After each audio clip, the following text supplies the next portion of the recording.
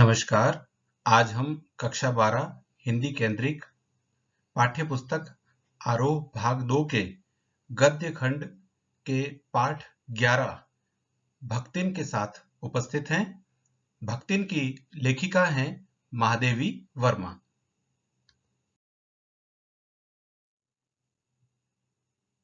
इस सत्र की समाप्ति पर विद्यार्थी लेखिका महादेवी वर्मा की रचनाओं के नाम लिख सकेंगे।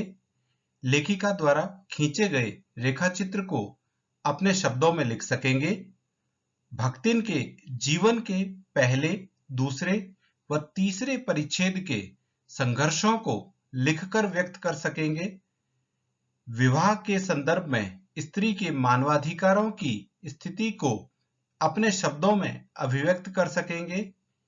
विशिष्ट भाषा प्रयोगों को समझकर उनके अर्थ स्पष्ट कर सकेंगे।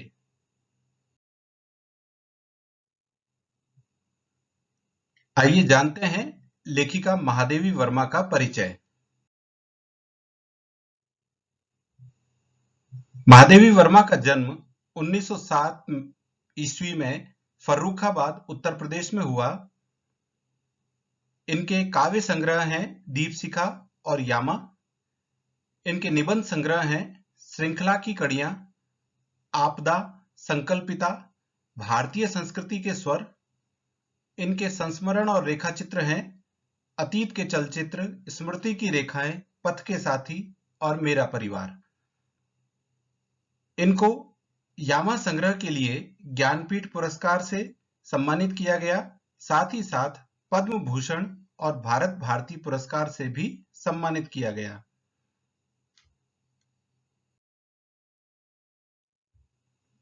लेखिका महादेवी वर्मा की विशेषताएं। साहित्य सेवी व समाज सेवी के रूप में प्रतिष्ठित रही हैं। नारी शिक्षा प्रसार हेतु प्रयाग महिला विद्यापीठ की स्थापना की। कविता और गद्य रचनाएं दोनों लिखी। कविताओं में आंतरिक पीड़ा को प्रकट किया। निबंधों व संस्मरणात्मक रेखाचित्रों के कारण गद्यकार के रूप में प्रसिद्ध हुई। समाज के शोषित पीड़ित लोगों को अपनी रचनाओं का नायक बनाया। इनके प्रयासों से हिंदी साहित्य में संस्मरणात्मक रेखाचित्र विधा के लिए शोषित पीड़ित आम जन को विषय वस्तु के रूप में मान्यता मिल गई। भक्तिन भाग 1 पाठ्य वस्तु का सार। भक्तिन महादेवी जी का प्रसिद्ध संस्मरणात्मक रेखाचित्र है जो स्मृति की रेखाएं में संकलित है। इसमें लेखिका ने अपनी सेविका भक्तिन के अतीत और वर्तमान का परिचय देते हुए व्यक्तित्व का चित्रण किया है। लेखिका के घर में काम करना शुरू करने से पहले भक्तिन ने संघर्षशील व स्वाभिमानी जीवन जिया और जीवन की राह बदलने का निर्णय लिया। उसके जीवन को महादेवी ने 4 परिच्छेदों में बांटा है। आज हम 3 परिच्छेद का ही अध्ययन करेंगे।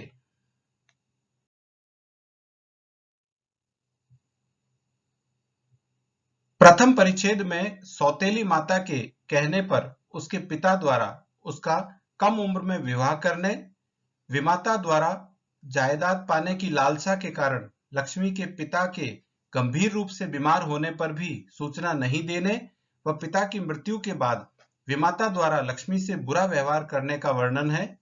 दूसरे परिच्छेद में लक्ष्मी यानी भक्तिन द्वारा 3 बेटियों को जन्म देने के कारण उसकी सास व जेठानियों द्वारा उसकी उपेक्षा करने, उसके पति व बड़े दामाद की मृत्यु का वर्णन है। तीसरे परिच्छेद में पंचों द्वारा उसकी बेटी की जबरन शादी के बाद जमींदार द्वारा अपमानित होने पर कमाई के उद्देश्य से उसके शहर आने का वर्णन है। अब पाठ्य वस्तु को विस्तार से समझें।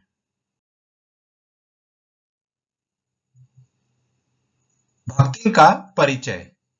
भक्तिन छोटे कद, पतले ओठों, छोटी आंखों व दुबले शरीर वाली दृढ़ संकल्पी समझदार महिला थी। हनुमान जी के समान सेवा भावना, त्याग व समर्पण वाली महिला थी। उसकी मां साधारण ग्वालिन थी जिसके नाम की जानकारी नहीं थी, इसलिए उसकी मां को लेखिका ने अनाम धन्या भी कहा है। भक्तिन का वास्तविक नाम लक्ष्मी या लक्ष्मिन था, जिसे उसे उसके माता पिता ने दिया होगा। लक्ष्मी अर्थात धन की देवी, सुख समृद्धि व खुशहाली का प्रतीक है। लेखिका ने भक्तिन के और अपने नाम के संदर्भ को लेकर एक पंक्ति लिखी है जो स्वयं के लिए है।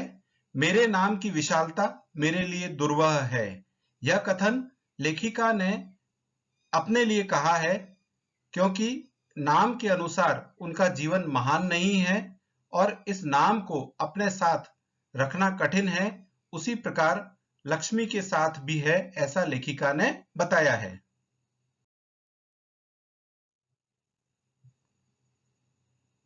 कपाल कुंचित रेखाएं। भक्तिन के ललाट पर कपाल कुंचित रेखाएं थी। लेखिका का यहाँ उसका तात्पर्य भक्तिन के खराब भाग्य से है। महादेवी के समान भक्तिन के नाम में भी विरोधाभास था। भक्तिन का वास्तविक नाम लक्ष्मी था, जिसका अर्थ सुख और धन से भरपूर है, लेकिन वास्तव में वह गरीब और संघर्षपूर्ण जीवन जी रही थी। महादेवी का अर्थ होता है महान देवी। वास्तव में वह अपने जीवन और व्यक्तित्व को महान व उदार नहीं मानती थी। तो यह महादेवी और भक्तिन के नामों का विरोधाभास है। लेखिका ने यहां बताया है कि भक्तिन समझदार थी क्योंकि उसने अपना समृद्धि सूचक नाम यानी लक्ष्मी महादेवी को बताया, परंतु इस प्रार्थना के साथ कि वह उस नाम से उसे न पुकारे। महादेवी ने उसकी कंठी माला देखकर उसका नाम भक्तिन रख दिया।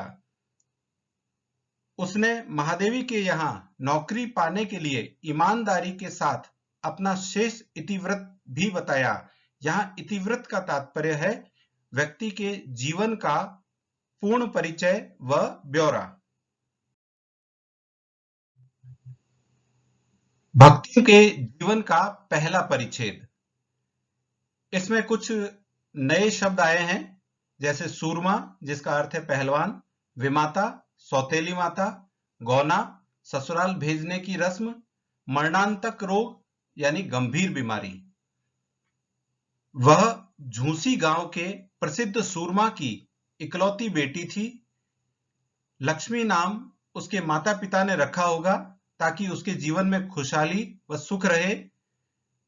उसकी माता की जल्दी ही मृत्यु हो गई थी और उसके पिता ने दूसरी शादी कर ली थी।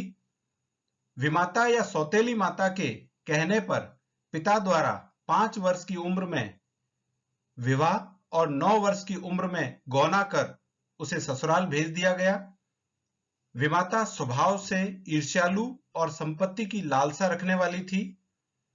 पिता द्वारा लक्ष्मी से अधिक प्रेम करने के कारण विमाता के द्वारा पिता के मरणांतक रोग की सूचना न देकर मृत्यु के बाद सूचित किया, जिससे उसके पिता की संपत्ति लक्ष्मी को न मिल सके। पहले ही परिच्छेद में लेखिका ने यह भी बताया है कि लक्ष्मी की सास द्वारा उसे बिना बताए पहना उड़ाकर भेजने के अप्रत्याशित अनुग्रह ने उसके पैरों में पंख लगा दिए। वे गांव की सीमा में पहुंचते ही झड़ गए, अर्थात उसका उत्साह समाप्त हो गया। यहाँ पर अप्रत्याशित का अर्थ है जिसकी आशा न हो, अनुग्रह का अर्थ है कृपा या प्रेम, पैरों में पंख लगना अर्थात अधिक उत्साहित होना, और पंख झड़ना यानी उत्साह समाप्त होना या दुखी होना। मायके पहुंचने पर पिता की मृत्यु की सूचना मिलने पर दुखी हो गई, लेकिन विमाता द्वारा अपमानित करने पर बिना पानी पिए तुरंत ससुराल लौट गई। अब भक्ति के जीवन का दूसरा परिच्छेद शुरू होता है। उसके जीवन के दूसरे परिच्छेद में भी दुख अधिक था। जब उसने अपनी गेहुए रंग और बटिया जैसे मुख वाली पहली कन्या के 2 संस्करण और कर डाले, अर्थात 3 पुत्रियों को जन्म दे दिया, तब लक्ष्मी के 3 पुत्रियां होने के कारण सास व जिठानियां उसकी उपेक्षा करती रही। यहाँ बटिया का अर्थ है छोटा व गोल। जिठानियां व उनके काक भुषंडी जैसे काले लड़के कोई काम नहीं करते। यहाँ काक भुषंडी का अर्थ है काक भुषंडी जैसे यानी कौवे के समान काले। जिठानियां व उनके काक भुषंडी जैसे काले लड़के कोई काम नहीं करते और दूध राब खाते, लेकिन बल्कि घर और खेत का काम लक्ष्मी और उसकी बेटियां ही करती थी। फिर भी लक्ष्मी और उसकी बेटियों को काले गुड़ की डली, मट्ठा, चने बाजरे की घुघरी मिलती थी, पौष्टिक भोजन नहीं मिलता था। यहाँ घुघरी का अर्थ चने बाजरे को उबालकर बनाया जाने वाला खाद्य पदार्थ है।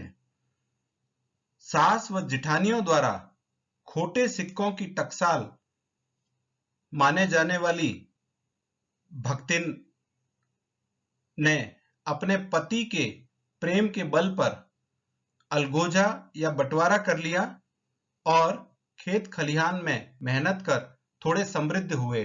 यहाँ खोटे सिक्कों की टकसाल का अर्थ है चूंकि उसने बेटियों को जन्म दिया था, तो यहाँ लेखिका ने समाज और रूढ़िवादी लोगों पर व्यंग्य करते हुए कहा है कि समाज में बेटियों को जन्म देने वाली मां को लोग खोटे सिक्कों की टकसाल मानते हैं।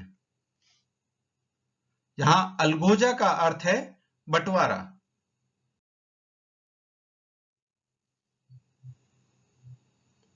बड़ी लड़की की धूमधाम से शादी करने के बाद लक्ष्मी के 36 वर्षीय पति की मृत्यु हो गई।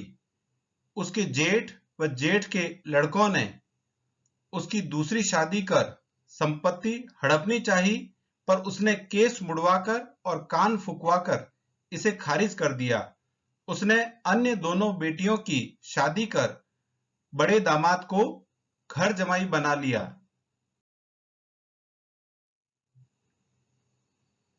भक्ति के जीवन का तीसरा परिच्छेद। इसमें कुछ नए शब्द हैं। दुर्भाग्य यानी बुरा भाग्य, हठी अर्थात जिद्दी, भयेयू यानी छोटे भाई की पत्नी, जिठौत यानी जेठ का पुत्र। भक्तिन का दुर्भाग्य भी कम हठी नहीं था। उसकी बड़ी लड़की भी विधवा हो गई। भयेयू से पार न पा सकने वाले जेठों और काकी को परास्त करने वाले जिठौतों को आशा की एक किरण नजर आई। तब लक्ष्मी यानी भक्तिन के बड़े जिठौत ने अपने निकम्मे साले को बुलाकर उससे लक्ष्मी की विधवा लड़की की शादी करवानी चाहिए, पर लड़की ने ही मना कर दिया। भक्ति के जीवन का तीसरा परिच्छेद आगे इस प्रकार चलता है। इसके लिए लक्ष्मी यानी भक्तिन के जेठ के बड़े लड़के ने एक चाल चली। एक दिन भक्तिन को घर में न पाकर उसके जेठ के बड़े लड़के का साला लक्ष्मी की बेटी की कोठरी में घुस गया, तो लक्ष्मी की बेटी ने उसे अच्छी तरह पीटा। जेठ के बड़े लड़के व उसके समर्थकों ने पंचों को बुलाया। तब उस युवक ने झूठ बोला कि इस लड़की ने मुझे बुलाया था। पंचायत ने उन्हें पति पत्नी की तरह रहने का फैसला सुनाया और भक्तिन की बेटी की बात न सुनी।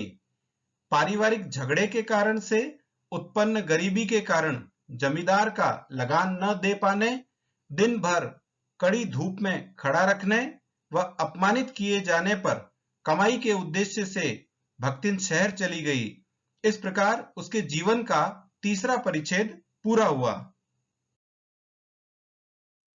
कुछ विशिष्ट बिंदुओं पर विशेष संवाद।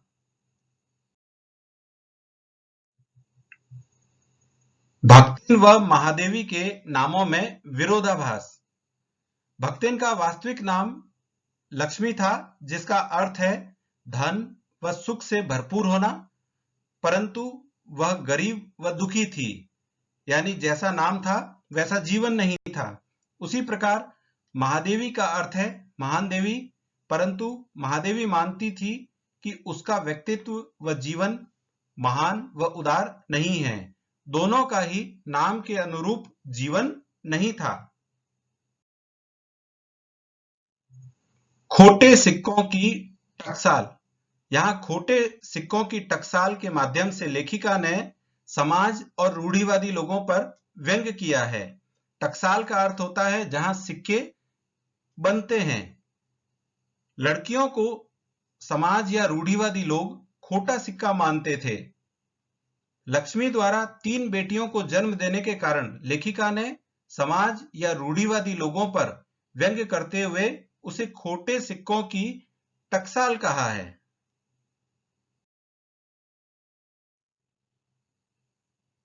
आज की इस पाठ्य वस्तु को प्रवाह चित्र से समझते हैं।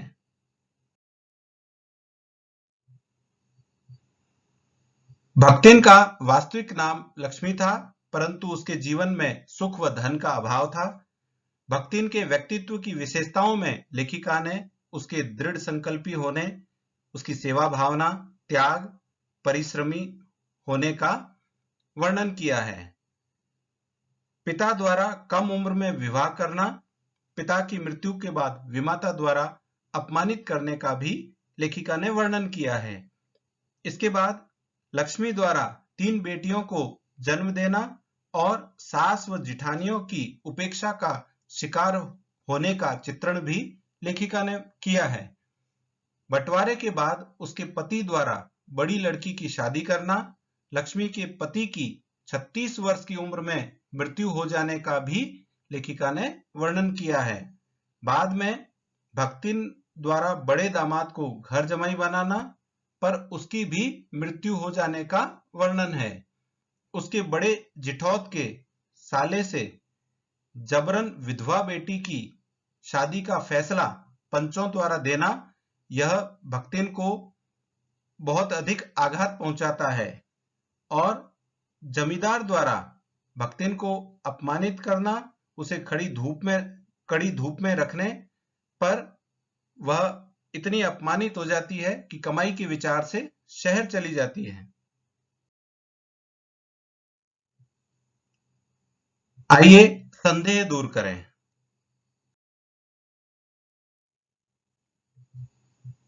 लेखिका ने अपने लिए लिखा है, मेरे नाम की विशालता मेरे लिए दुर्वह है। यह कथन लेखिका ने स्वयं के लिए लिखा है। महादेवी के अनुसार मेरे नाम का अर्थ है महान देवी, इस कारण मेरा नाम विशाल है, परंतु उसके अनुरूप मेरा जीवन महान नहीं है। कपाल कुंचित रेखाओं। यह वाक्य लेखिका ने भक्तिन के ललाट की रेखाओं को देखकर लिखा है, और जो उसके खराब भाग्य का सूचक है और उसके जीवन में दुख व गरीबी का द्योतक है। एक शब्द इसमें आया है इतिव्रत। इतिव्रत का तात्पर्य होता है कि किसी व्यक्ति के संपूर्ण जीवन का ब्यौरा, परिचय या जानकारी।